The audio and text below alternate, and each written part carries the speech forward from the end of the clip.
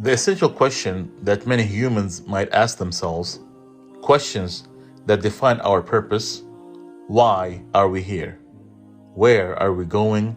And what's after death? When we ask these questions to ourselves, it makes us distinguish ourselves from the rest of the creatures on earth. These questions can be a mercy or a punishment. How that can be. Mercy to the theist perspective, because it pushes them to research into these questions and quenches their thirst when they get the answers to those questions and connects them to their Lord. Then the person becomes like a vehicle that was lost, and all of a sudden it knew its way and it becomes connected to its final destination. But these same questions can be a punishment for the atheist because it raises questions that they have no answer to them. Well, we will discuss the difference between this mercy or tranquility that the theist has and the anxiety and the weird justification that the atheist has trying to answer these difficult questions. So, let's see how the atheists respond to these vital and essential questions by Richard Dawkins. What I would say about the question why is, why do you think you have any right to ask it? It's not a meaningful question. If you say, however, why do mountains exist? There are some questions which simply don't deserve an answer. I mean, the question, why do mountains exist? You can give an answer in terms of the geological processes that give rise to mountains, but that's not what you want, is it? You want something about the purpose of mountains. What is the purpose of a mountain? It's a silly question. Doesn't deserve an answer. So, it's silly. Really? Everything that exists around us has a purpose: the chair, the toys, the door, the car. Yet the most sophisticated being on earth, humans, it's silly to ask what's our purpose? Another individual, his name is Dr. William Bourvin. He is a professor in biology in Cornell University. Dr. Bourvin was cured from cancer, but he expects a relapse, and this is what he said. I'm not going to sit around like my older brother did last year, and he was dying of ALS, Lou Gehrig's disease. He wanted desperately to die, but we couldn't help him die. I don't want to die like that. I'm going to shoot myself in the head long before then.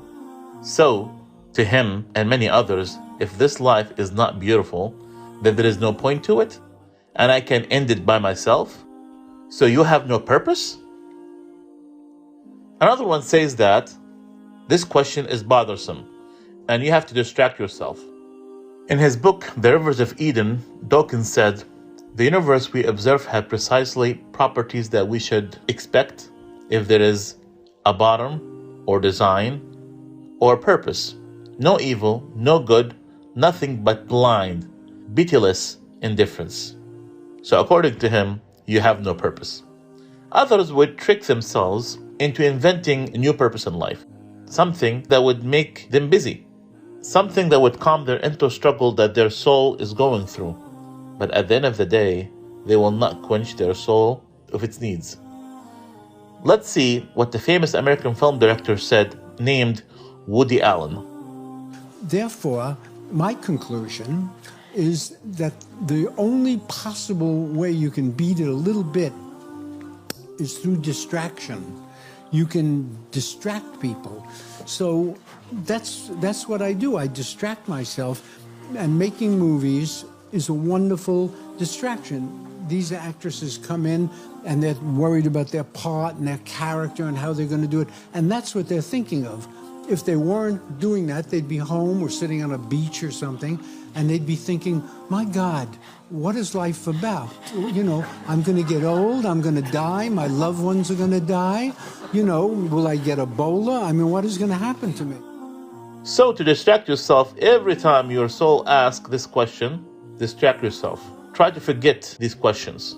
As Allah said, وَلَا تَكُونُوا كَالَّذِينَ نَسُوا اللَّهَ فَأَنْسَاهُمْ أَنفُسَهُمْ أُولَٰئِكَ هُمُ الْفَاسِقُونَ. And be not like those who forget Allah. So Allah made them forget themselves. Those are defiantly disobedient. Nothing will fill this emptiness except the true revelation from God. Again, in another way, atheist states that you have no purpose.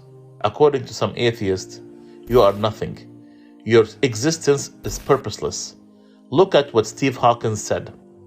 The human race is just a chemical scum on a moderate-sized planet orbiting around an average star on the outer suburb of one among 100 million galaxies.